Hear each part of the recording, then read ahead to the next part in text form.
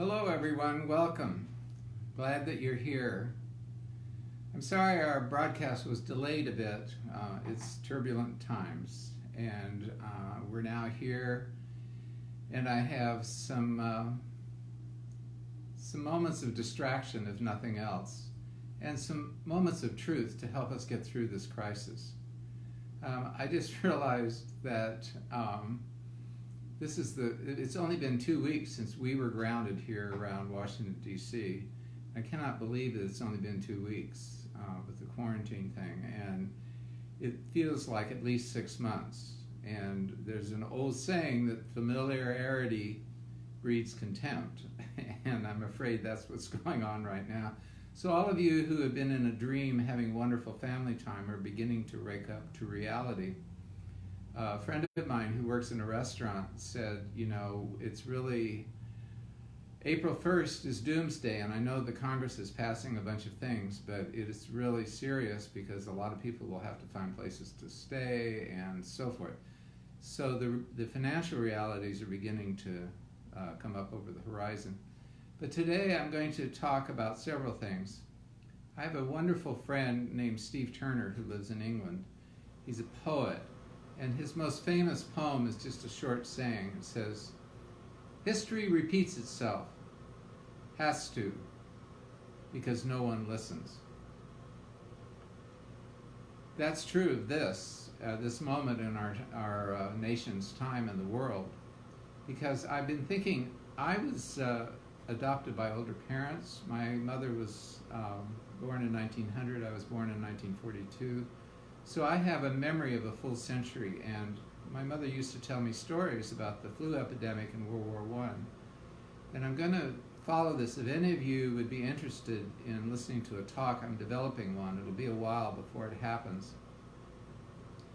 And it'll be about quarantine and reflections on quarantine, and on reflections on how we treat disaster and stretch our mettle as far as our characters. So before we start, have a cup of tea. This teacup comes from Montecito Inn in Montecito, California, which is where I wish I were right now, but I'm not. Anyway, they're probably closed down also, so have a cup of tea. No treats today because it's so serious. We will start having treats tomorrow, but we'll survive on tea today. So what I would like to share with you today are two objects that, and then a family story. There are two objects that Twyla and I and my daughter Abigail found when we were visiting her during her semester abroad in Montpellier, France.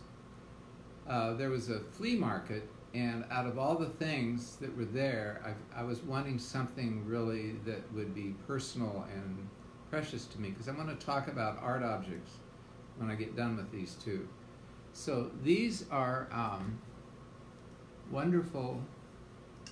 two wonderful vases. I've put heather in them to remind me of France.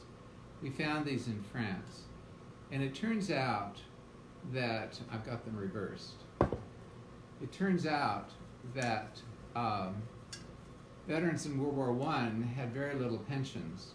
And so after the war was done, this was especially in France, after the war was done, they would take mortar shells, these were cannon casings, and would make vases out of them. And it requires that they be hammered out from the inside for the three-dimensional part, like the flowers, and then the other part is on the outside, the dotted background design.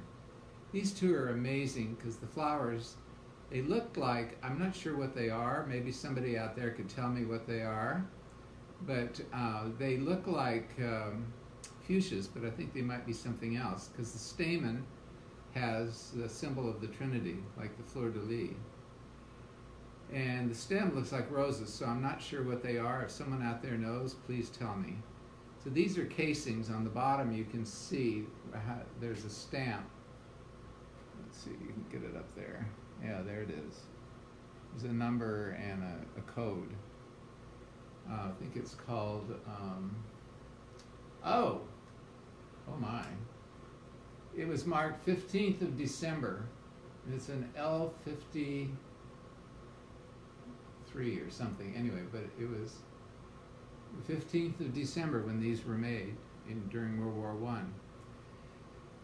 I saw these, and then I thought they were beautiful, and I wanted something very personal because 3 of my uncles fought in World War One. So if you can see that it's backwards on your screen, at least on mine, it's Jesu Christ. Both of them have Jesu Christ. They were there's the C and the J. I don't know how it shows up on yours. But anyway, these were made for a small village church, a little French church. And it was so wonderful to find these. So I'll tell you a bit of my story. My mother had brothers. My mother was born in 1900. She had an older aunt who lived with them. My grandfather lived in San Francisco during World War One, and I remember stories about when they had the false armistice in 1918, I believe it was 1918. Well, anyway, there was a false alarm armistice, and my grandfather put on a mask like we're doing now and went down to in front of the city hall. They had a huge bonfire. All the bells rang, everybody came out, but everybody had to wear masks. And then they ended up down there. He was very proper Victorian gentleman, but he put his pants and everything over his pajamas and went down immediately. And they had to go home because it was a false alarm. And then a few days later, there was a real truce, an armistice. Anyway, so they had 3 sons. They were a little bit older. The first child was a son. And they all went to training in Washington. I think it's Bellingham, Washington, somewhere like that, and went overseas. And one of the times when I give the talk about World War One and now, I'll show you a letter that they received from King George, congratulating them going over to help with the war in Europe. All 3 of them came back, and it was a terrible thing in those days. The only way you could find out if your son had survived the war is to go down to, at least in San Francisco, to go down to the city square and see the troops marching through and see if you can see them in the crowd, in the rows of soldiers returning. Well, my grandmother and grandfather went down there. My mother was there, and her younger sister and her older sister, and they found all 3 brothers that came back, but there was one that wasn't in the formation, so they thought he had died of the flu, and it turns out that he was in the Presidio with the flu, but he did survive. So all of them came back from the war, and I will also share, when I give my talk, some of their letters. I love the letters. I used to read them over and over in an old trunk out in our garage. And they all say somewhere in France because they couldn't identify where they were. And the one uncle who had the flu and had to wait to come home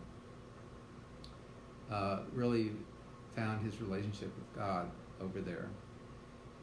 And also the youngest son, well, there was a younger son that died of diphtheria. That's why they moved to California.